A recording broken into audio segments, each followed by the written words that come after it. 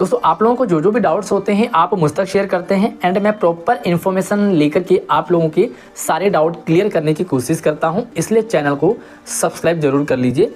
आज भी एक बच्चे ने सवाल पूछा है, सर एसएससी में बुक्स नहीं मिलती तो कैसे पढ़ते हैं और कोई कोचिंग वाला भी नहीं पढ़ाता, क्या करना चाहिए अब सर? मतलब दो चीज़ें हैं, जब किताबें ही नहीं होती तो पढ़ाई कैसे होती है, जब कोई सिलेबस ही नहीं होता तो कोचिंग कैसे लेंगे, और एसएससी में एडमिशन लेना चाहिए या नहीं लेना चाहिए, और अगर ले लेते हैं तो पढ़ाई कैसे करेंगे, ये बच्चे का सवाल है।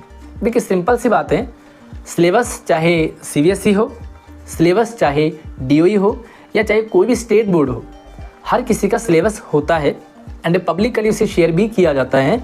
बट एसएससी की शायद ये वीक पॉइंट यानी कि कमी रही है कि एसएससी सिलेबस पब्लिश नहीं करता, जारी नहीं करता। एंड नॉर्मल आप स्कूल कॉलेज में पढ़ते हैं तो बुक्स प्रोवाइड करवाई जाती हैं, एसएससी में कोई बुक्स भी नहीं चलती क्योंकि यहाँ पर एनसीईआरटी नहीं पढ़ाई जाती, बल्कि एनसीईआरटी को मिला करके मिक्सअप एक वर्कशीट तैयार की जाती है चैप्टर वाइज। अब आपको एसएससी में जाना चाहिए कि नहीं जाना चाहिए और एसएससी में आप पढ़ पाओगे या नहीं पढ़ पाओगे, ये आपको समझना बहुत ज़रूरी है। देखिए सिंपल सी बात है, जिसका कोई सिलेबस होगा उसी की तो बाहर कोचिंग होगी ना। अब जब सिलेबस ही नहीं है तो बाहर कोचिंग वाले क्या पढ़ाएंगे, पहली बात।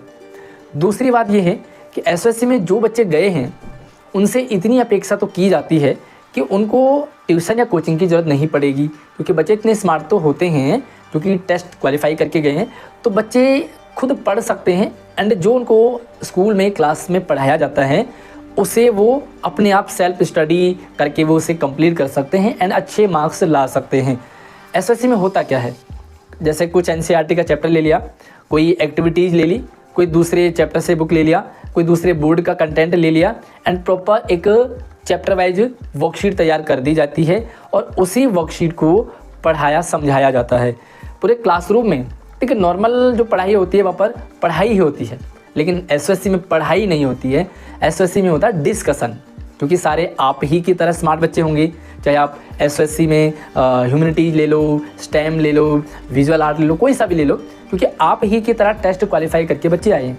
तो जो भी आपको वर्कशीट दी जाती है सारे बच्चे उसे डिस्कस करते हैं एंड टीचर्स आपको फैसिलिटेट करते हैं। जहाँ पर आपको कोई प्रॉब्लम्स आए या कहीं पे आप अटक रहे हो तो वहाँ पर टीचर्स आपको गाइड करेंगे, मोटिवेट करेंगे।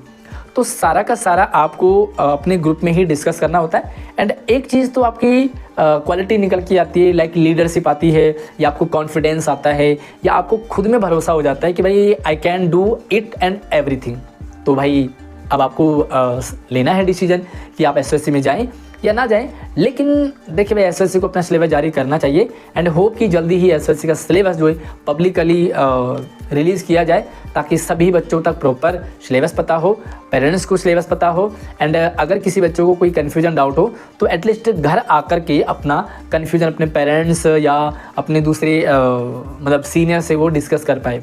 तो ये जानकारी आपके लिए बहुत इंपॉर्टेंट थी मुझे लगा, इसलिए अब आप अपने दोस्तों को अपने क्लास ग्रुप वगैरह में शेयर कर दो ताकि सभी तक प्रॉपर इन्फॉर्मेशन मिले। चैनल को सब्सक्राइब जरूर कर लेना।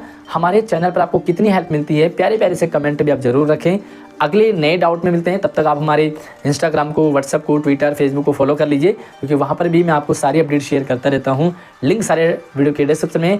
अपना जो भी सवाल होता है आप उसे ड्रॉप कर दिया करें। अगली वीडियो में मिलें, तब तक आप अपना ख्याल रखिए। जय हिंद।